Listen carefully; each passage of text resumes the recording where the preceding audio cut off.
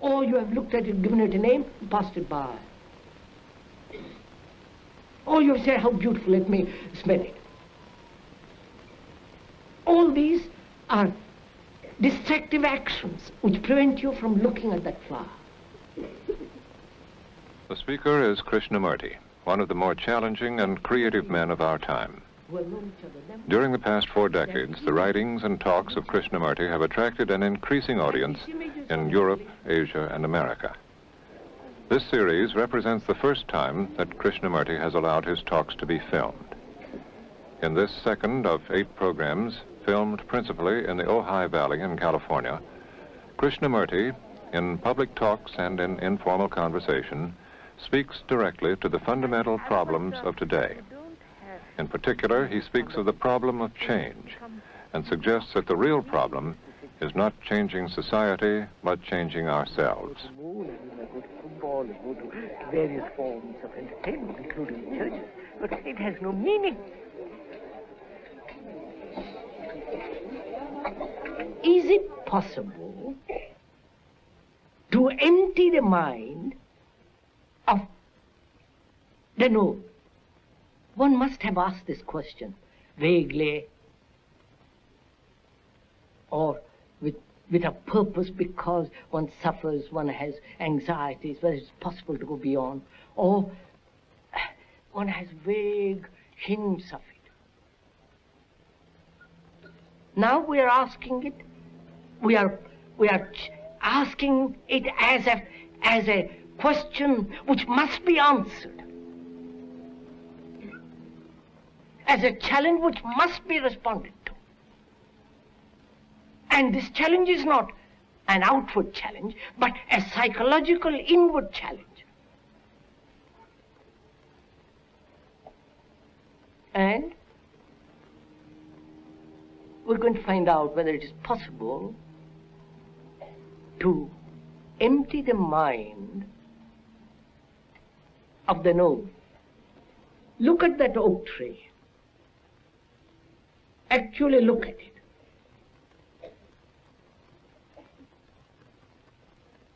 You are the observer, and the oak is the observed. There is a space between you and the thing, which is the tree. In that interval of space is time. Right? The time that has to be covered to see that's the object. In that interval of space, there are all kinds of ideas which actually prevents me from seeing the fact of that tree.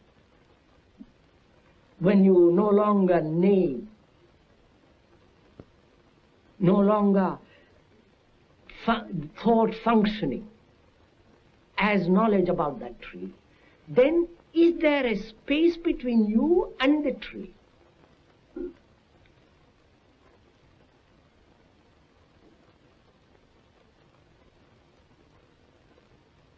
Then, if you go into it very deeply and observe all this, then the observer is the observer, which is not the observer identifies himself with the tree. Observer is the image which has been created. Observer is the image that has been created. He is the censor, the entity that judges, compares, all that. Now, and then he looks at the object. Either the tree or his own experience, or his image, his relationship with somebody, another. So the observer is the image looking at the image which he has created about the other. So the relationship between the observer and the observed is not a relationship. It's 2 images looking at each other. Now, if the observer when the observer has no image at all, which is quite a tremendous problem, inquiry, which is meditation, all that, then the observer is the observed. What is the observer. Not the observer is looking at what is. When the observer is the observed, and the observer has always acted as though the observed is something different from himself, then he could act. But when he realizes that the observer is the observed, all action ceases on his part. And therefore all effort.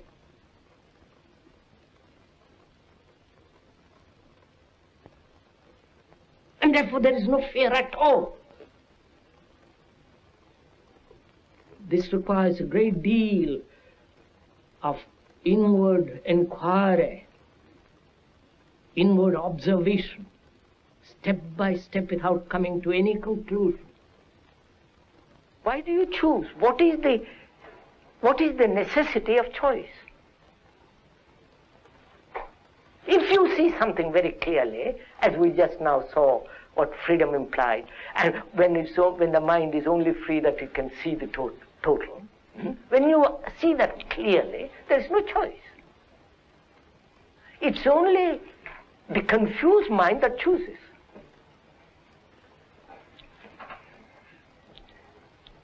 Awareness takes place only when there is no choice, or when you are aware of all the conflicting choices, conflicting desires, the strains, just to observe all this movement of contradiction. And knowing that the observer is the observed. And therefore, in that process there is no choice at all, but only watching what is. And that's entirely different from concentration. And that awareness brings a quality of attention.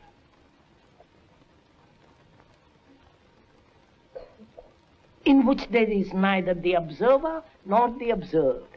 When you really attend, completely attend. Like when you're now, if you are really listening, there is neither the listener nor the speaker.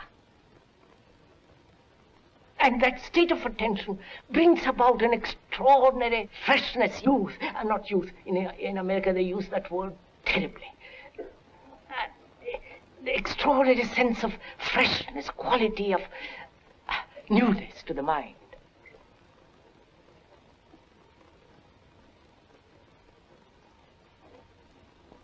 And this emptying of the mind with all the experiences it has had is meditation. If you observe very closely, and that's one of the most arduous things, and that doesn't need effort at all, just to sit of an afternoon whenever you have time and leisure, to look at it. To look at a flower, to look at yourself, to look at all the movement of your thought and your feelings and your reactions. Just to observe without any choice, which is the beginning of self-knowing. And without self-knowing, man is caught everlastingly in confusion and misery. The thing that so strikes me in the talks and in the conversations that I've listened to is the contemporaneity, the immediacy, the directness. Yes. Of our problems. What we're talking about, and of our problems. Yeah. And I am at the same time so struck by the fact that most of the things of the world in which we live are designed in one sense simply to distract us from an understanding of the problem. Yes, quite. So isn't it really, we have developed a whole network of escapes. And we are caught in those escapes. And those escapes are preventing us from understanding the problems. The problems are there. Whether, India, here, or Russia, anywhere, they're there. But I'm not at all sure if religions, organized religions, dogmas, sects, have not taken us away from the central fact of being able to face these problems. Not translate them, you follow what I mean? Not try to go beyond them, but actually face them and see if we can't dissolve them. And thought creates the past, the present, and the future, which is time. There is time by the clock, chronological time. We are not concerned with that. If you have to keep an appointment, and so on, you must have the chronological time of yesterday, today, and tomorrow. But we're talking about the psychological time, which thought has bred. And that time is the product of thought.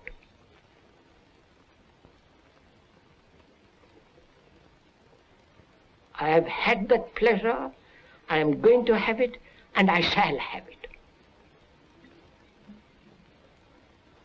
This time quality is created by thought, bred, put together by thought. And thought is time, and it is time that creates fear.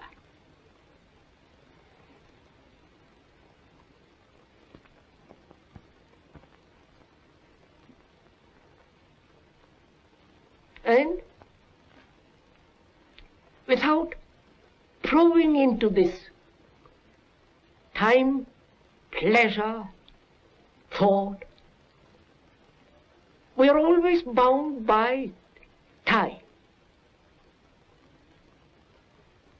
And therefore time has never a stop. It's only when there is an end to time that is something totally new. You speak in terms of creating not a new consciousness, but a new society. New society in relation to a mind that has completely undergone a revolution with regard to the psychological structure of society. Yes. Which would mean a society which is not in time? No, it has to, all society has to be in time. But the individuals who have freed themselves from this structure, psychological structure, will be freed of time. Therefore, they won't be slave to time, but yet obey the laws of time in society. It certainly isn't modern man who has invented time, but No, the concept has an awful lot to do with time. I think it is because he made himself incapable of facing what is the fact. Therefore, he has a concept about the fact inwardly, psychologically, and according to that concept formula, he functions. Therefore, the fact, the formula, and action are contradictory with each other. Yes. And therefore, he's in constant battle with himself.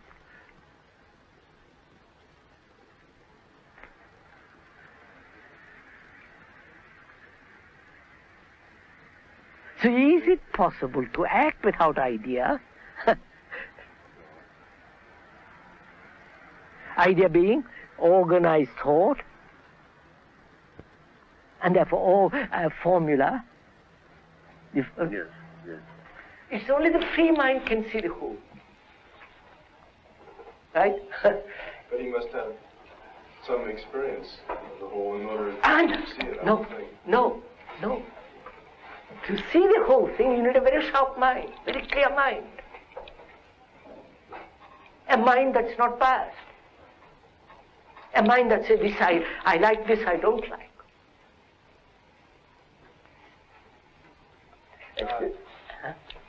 Well, you have eliminated the mind that is in a pattern or expects to be led, or it won't ever see the complete truth.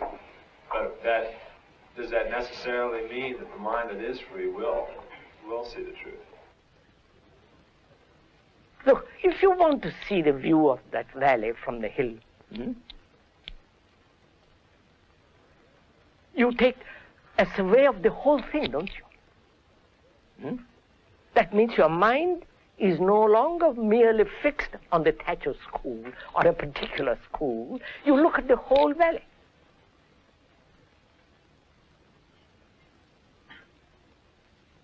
So here is a whole complex map of life.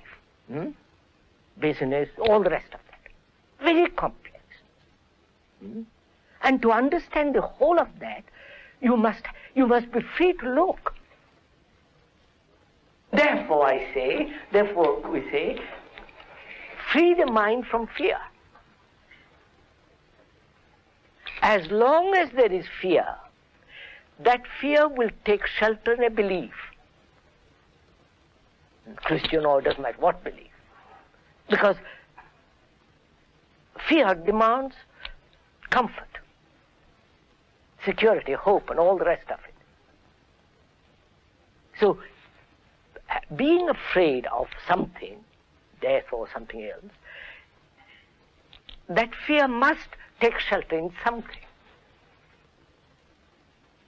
Therefore, whether you believe in reincarnation or not, or some other belief, is the same. All beliefs are the same, because they are essentially born out of this fear.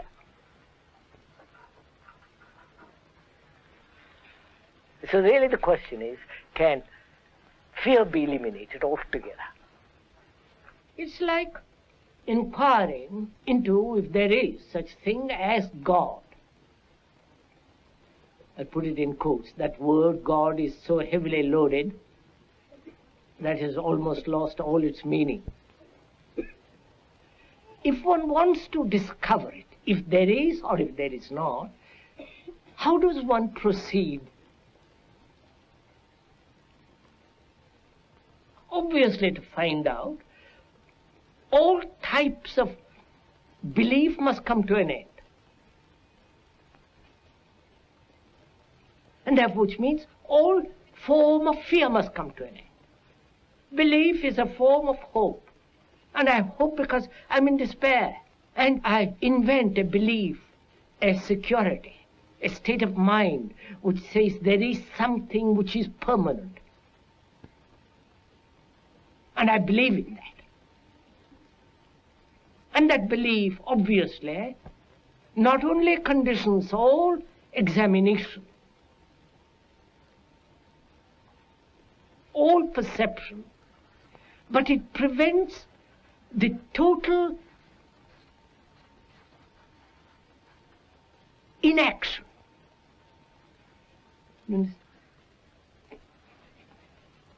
Sir, what is thinking? You ask me what is thinking. So my mind begins. Let's go into a little bit. First, I can say, I really don't know. Then we can begin to analyze and say it is response of memory. You ask me, what is my name? And I know because I've repeated so often, I tell you immediately. Now, you ask me a little more complex question. It takes the time interval. In that time interval, the mind is in operation to find the answer. But if you ask me a question, something which I don't know, which nobody knows,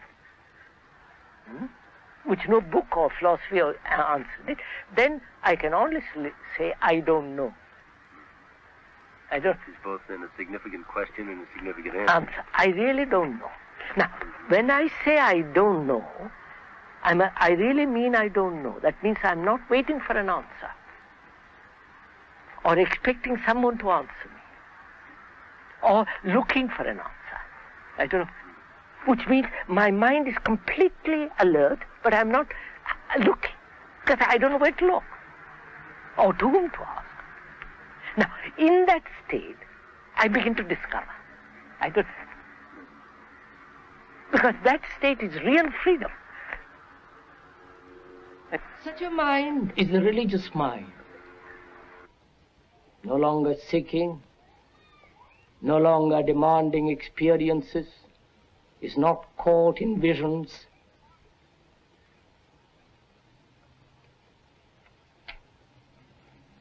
And such a mind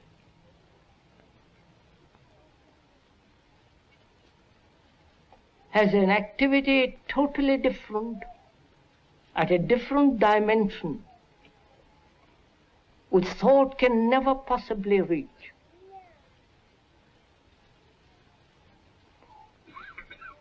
Thought has a place, very small place. But when one realizes that, thought has no place at all. Which doesn't mean you live on ugly little sentiments, emotions.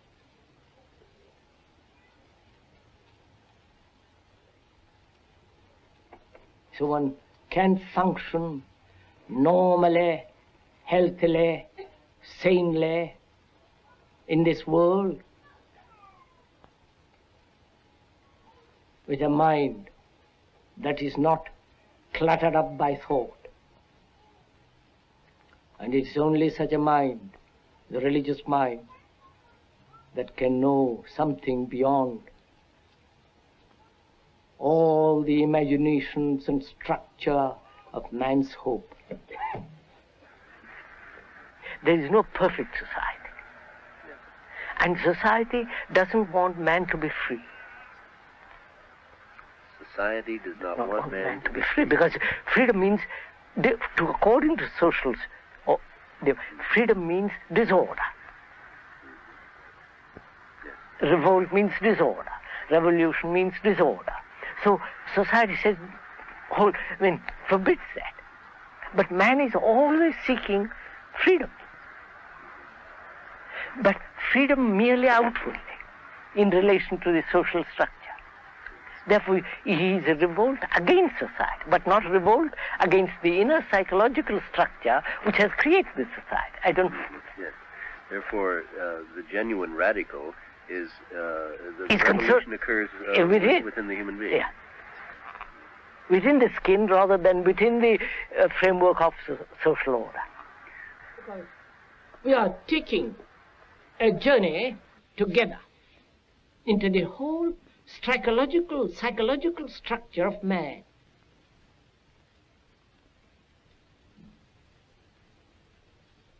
Because in the understanding of that structure and the meaning of it, we can then perhaps bring about a change in society.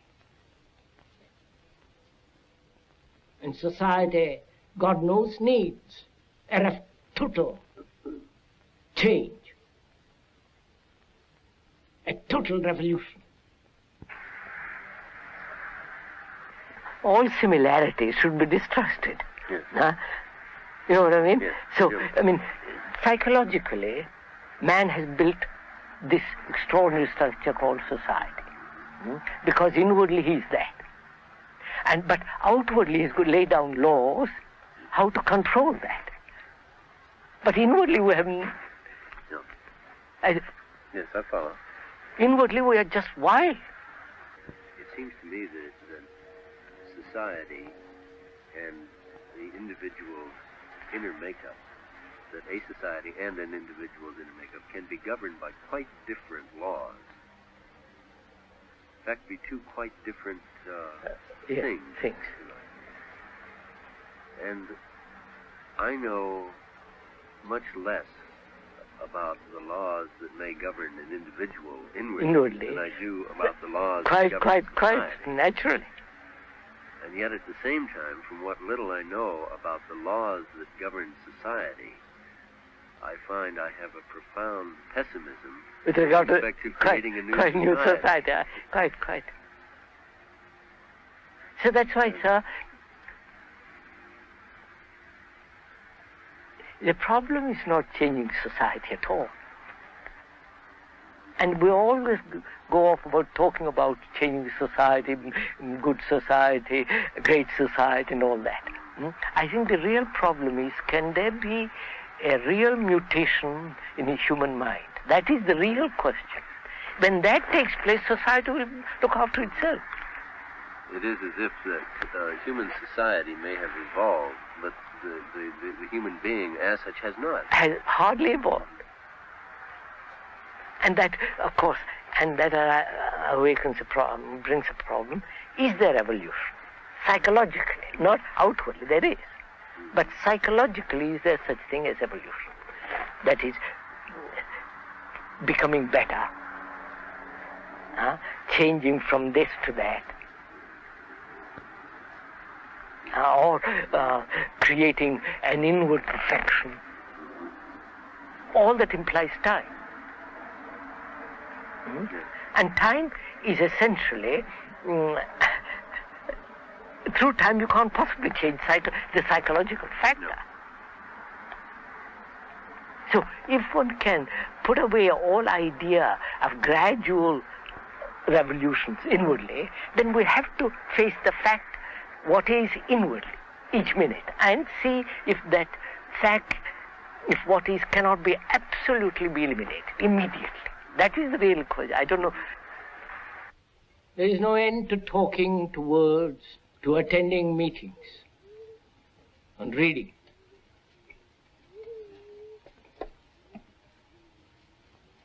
But attending meetings, reading, discussing has very little value. If attending meetings, discussions, and all the rest of it is merely a stimulus, then you are dependent. As people are dependent on LSD, on music, on pictures, on doing something. And as long as one is dependent, one is in conflict, one is in despair. And one has to come, not through reading, to discover the whole process of knowing oneself. For the knowing of oneself is the beginning and the end of all misery.